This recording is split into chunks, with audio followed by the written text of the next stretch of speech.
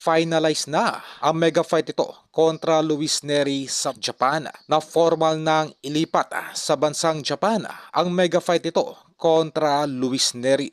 Ang nasabing announcement ay nilabas ng Kameda Promotion noong nakarang araw lamang. Ang main event ay ililipat po sa bansang Japan at ang Volume 5 and 6 naman ay mananatili po na idadaos sa Kyrgyzstan. Wala ang nasabing paghiwalay ng main event may pangunahing hangarin ay dahil po sa matinding demand mula sa mga Japanese boxing fans na makita ang dalawang knockout artists na magtagisan ng lakas sa ibabaw ng ring sa kanilang bansa. Nasa June 6 ang laban ni Cuadro Alas kontra Luis Neri sa bansang Japan. Hindi na po mahalaga kung kinonvert po sa catch weight na lamang na 124 pounds ang naturang laban. Kung baga ay biglang palit po ng division mula super bantamweight to featherweight division at mula 12 rounds ito ay binago na sa 10 rounds na lamang.